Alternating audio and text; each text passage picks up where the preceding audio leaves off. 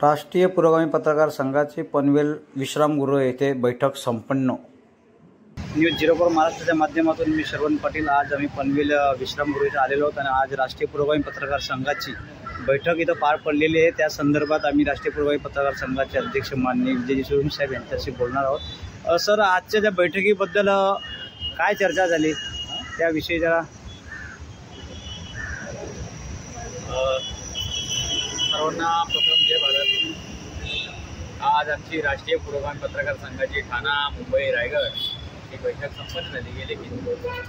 गेल्या आठवड्यातच आमची एक बैठकीमध्ये आमचं असं ठरलं होतं की राष्ट्रीय पुरोगामी पत्रकार संघाच्या वतीने एक राज्यस्तरीय कार्यशाळा ही आयोजित करायची होती आणि त्या संदर्भात ह्या आमच्या सातत्याने बैठका सुरू आहेत आणि आजच्या बैठकीमध्ये आमची असा निर्णय घेतला आहे की उद्यापर्यंत आम्ही महाराष्ट्रातून काही पदाधिकारी किंवा रायगड, ठाणा, मुंबई या विभागातील किती सगळे पदाधिकारी ह्यामध्ये सक्रिय होणार आहेत याचा आढावा उद्या संध्याकाळपर्यंत आला की आम्ही निश्चितच येत्या 22-23 तारखेला हा राज्यस्तरीय कार्यशाळा आणि एक दिवस स्वतःसाठीचा उपक्रम जो दरवर्षी आम्ही देतो, ही संकल्पना खरं तर रायगड जिल्हा अध्यक्ष आणि सचिव यांनी सुचवलेली आहे। तिथून ही परंपरा सुरू झाली आहे आणि अशी ही चांगली परंपरा आहे जेणेकरून तो एक दिवस स्वतःचा जो उपक्रम घेतो त्या उपक्रमामध्ये माणसाचं आयुष्य दुर्मित होतं आणि माणसाला जो टेन्शनमुक्त असं माणूस हा होत असतो। त्याच्यामुळे हा उपक्रम आपण घेतो। आज रायगड जिल्ह्यातील हा जो उपक्रम तुम्ही राबवत आहेत, या उपक्रमाला महाराष्ट्रातील किती पत्रकारांची हजेरी लागणार?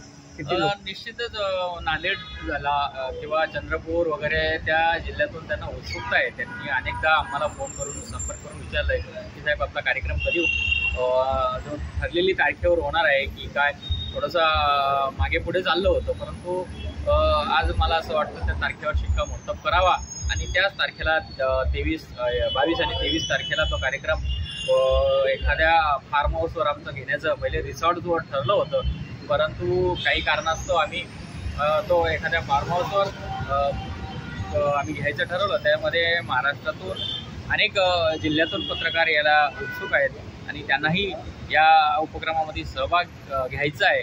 त्यामुळे निश्चितच त्या पद्धतीने आम्हाला तयारी लागली आणि रायगड आणि ठाण्यातील जे पदाधिकारी आहे यांनाही उत्सुकता आहे की त्यांनाही एक असं वाटतंय की बाहेर जिल्ह्यातून जे पदाधिकारी आहे त्यांचं पाहुणचार त्यांना कसा व्यवस्थित होईल किंवा आमचं रायगड, ठाणा, मुंबईचं नाव कसं त्यांना व्यवस्थित आम्ही त्यांच्या पुढे प्रेझेंटेशन करू असंही सगळ्यांना वाटतं। या कार्यक्रमात येणाऱ्या पाहुण्यांसाठी व रायगडातील सर्व पत्रकारांसाठी काय कार्यक्रम आयोजित केलेले आहेत?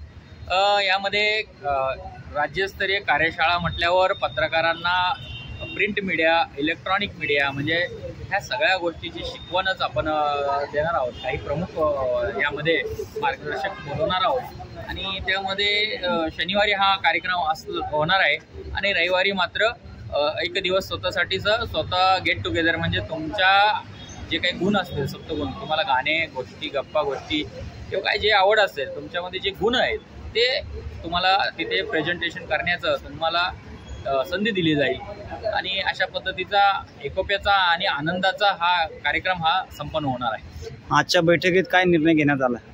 आजच्या बैठकीमध्येच असं ठरवण्यात आले की जो रिसॉर्टवर कार्यक्रम होता तो रिसॉर्टच्या ऐवजी एका फार्म हाऊसवर तो कार्यक्रम घेतला जाईल आणि त्यामध्ये घरगुती पद्धतीचं जेवण वगैरे आणि स्वतः सगळे पत्रकार यामध्ये सक्रिय सहभाग घेणार आहेत आणि उत्साहाने, आनंदाने ते आपल्याला त्या सगळं तयार करून लोकांपुढे देणार आहेत आणि त्याच्यामध्ये थोडासा वेगळा आनंद असा मिळेल।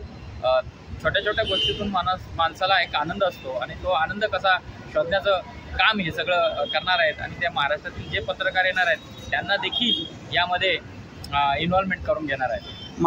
ठीक आहे, धन्यवाद। न्यूज 04च्या माध्यमातून मी श्रवण पाटील, पनवेल।